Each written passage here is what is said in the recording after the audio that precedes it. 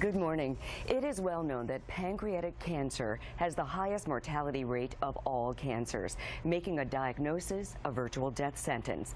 But now, a study led by the University of Louisville's James Graham Brown Cancer Center, in collaboration with other leading U.S. centers, called Soft Tissue Ablation Registry, or STAR, is showing great promise for people with locally advanced pancreatic cancer.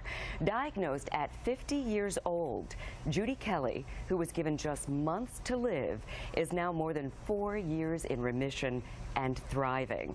They want to encourage patients to be advocates about their health care and explore all options available to them. Joining her is leading oncology surgeon Dr. Robert Martin. Welcome, both of you. Judy, I'd like to start with you. Tell us about your diagnosis, what the doctor said about your survival rate.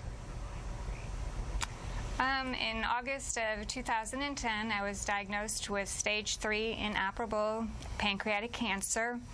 At that time, it was devastating news because it was pretty much a death sentence, I felt. They didn't give me much hope, I guess a few months to live. So I was not able to have surgery, so we went to drug therapy. All right. Wow. I'm so happy that you found Dr. Martin. And Dr. Martin, tell us about what you guys are doing. What happened when you first, I guess, met Kelly and heard her story? What did you do for her? Yeah, this is an exciting time, and I hope the leading message is definitely around the hope around stage 3 pancreatic cancer. When I met Judy, we were about a year into our IRE program. IRE stands for irreversible electroporation. And the basic premise of this is that it allows us to treat cancer cells around vital structures and not damage the vital structures. So when I met Judy and I found that she had already been on a fairly extensive course of chemotherapy and chemoradiation therapy and still had a localized disease, we do feel that she was an optimal candidate to undergo IRE to further augment that response that she had obtained and, more importantly, to eradicate the cancer. I love this. And Ms. Kelly, how did you first hear about IRE?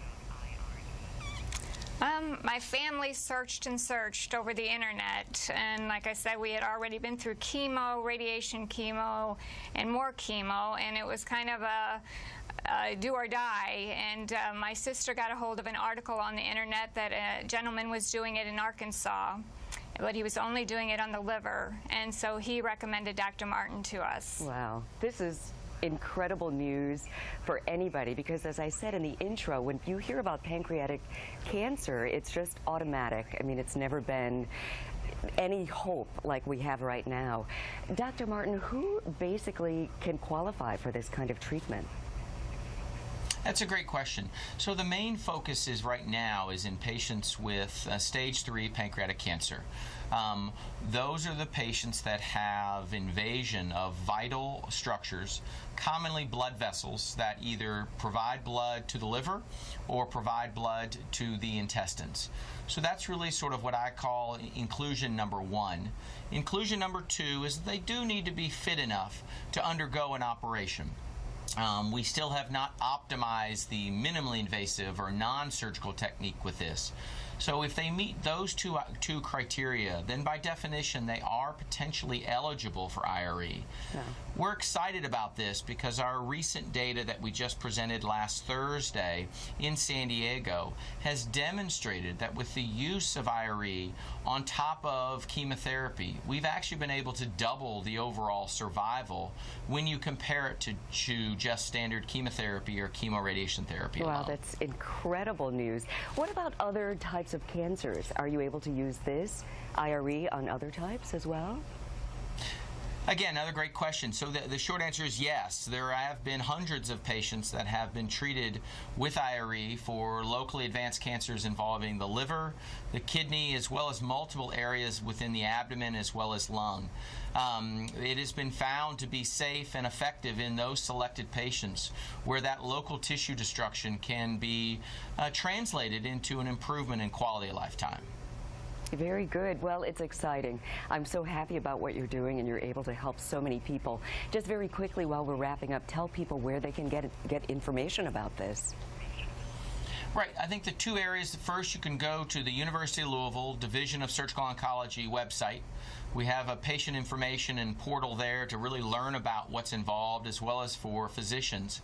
And then second, really, if you wanted to start, is really just use any search terms, IRE and pancreatic cancer, and that'll also guide you to get some initial information, as well as potential location for an IRE Center of Excellence. Very good. Thank you both for joining us this morning. Keep doing what you're doing. That's great news. Have a great day. Thank you. Thank you. You're very welcome, and we'll be back with more Let's Talk Live right after this.